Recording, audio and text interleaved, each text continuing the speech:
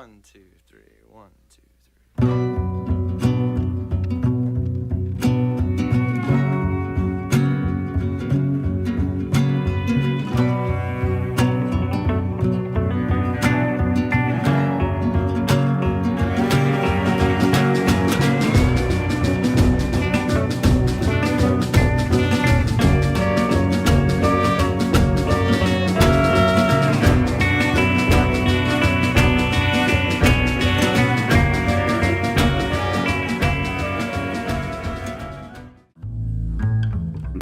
My name is Roger Slatton, and ever since I was young, I found myself with this interest of food. And whether I found myself knee-deep in a car project, hanging out with some of my favorite bands, or even something as simple as being together with my family, I always found myself coming back to food. And I'm not the only one.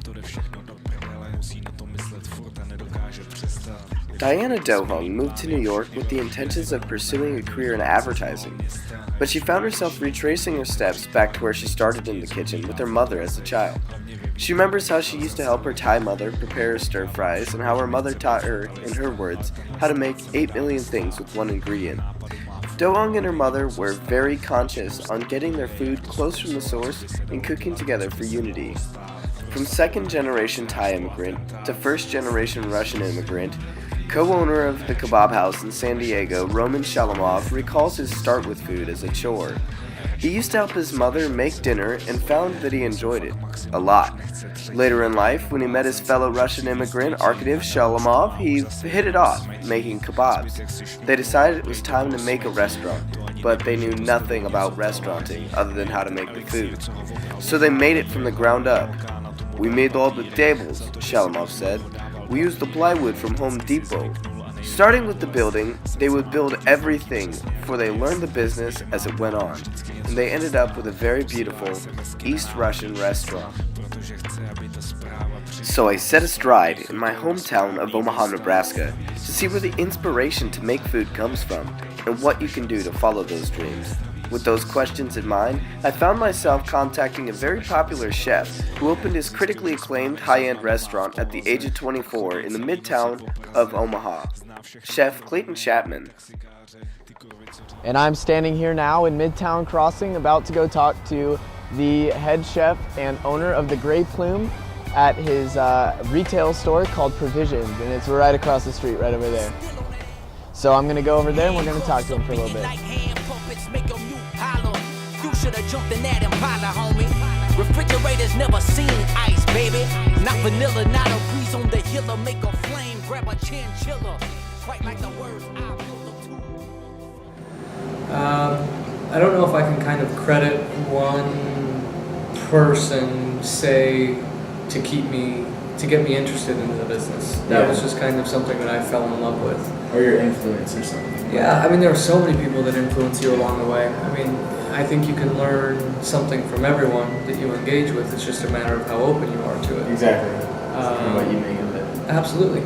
But it wasn't until the restaurant, say, physically opened that I really maybe learned what I signed myself up for. Right. I also had a 9-month-old son at home that was a great reminder why I needed to get out of bed every day and go to work and continue to do it even though it was hard and all of those things. So if I can credit one specific event or person, I would probably say it would be my son and my wife.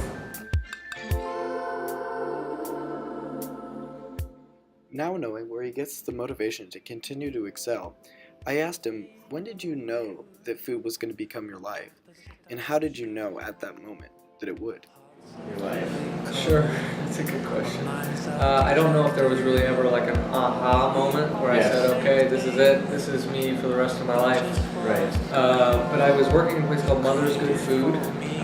It's probably before your time. It was in North Omaha on Calhoun Road. It was owned by 2 retired Marines. And I started with these guys as a dishwasher. Yeah, I mean, washing dishes, cleaning bathrooms, like really doing anything that they told me to do. But it was like my first experience with like working for a small business owner. Right. A small business owner, typically they're like all inclusive, right? Chief cook, bottle washer, accountant, you know, all of the things. So think I was first exposed to that. Decided that I loved the thriving part of a small business, having everyday responsibilities change based on the day and the circumstance.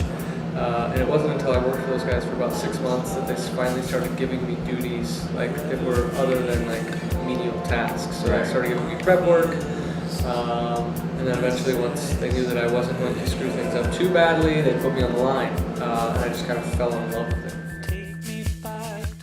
After speaking with Chef Chapman, I began to wonder about myself, where my motivation came from, and where I got my start.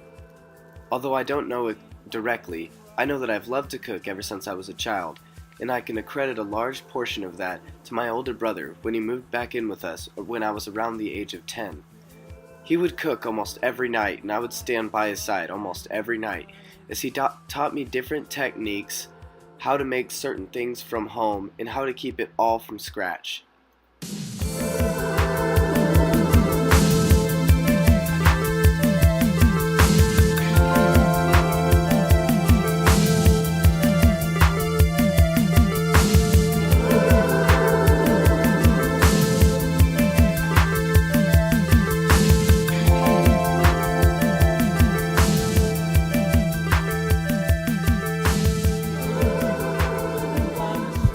So I'm left to ask this. What is your dream? What makes you feel important? What makes you want to get out of bed every morning? What makes you feel like you?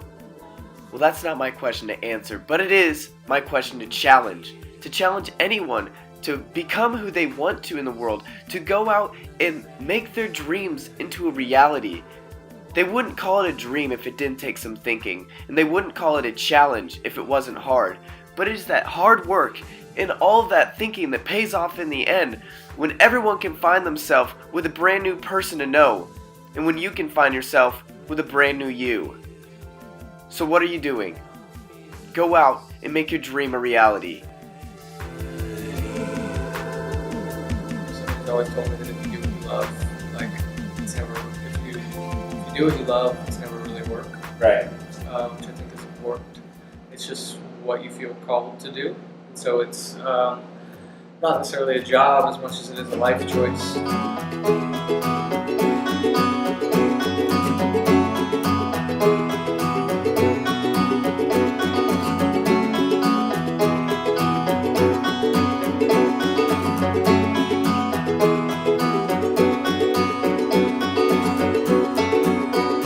This morning I woke restless and heady, with blood pulsing fierce in the vein. There's light on a line this morning, and maybe forever.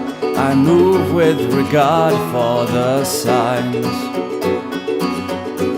You know I've searched my heart to prove there's better ways to push and pull. Hey, whatever gets you through these days.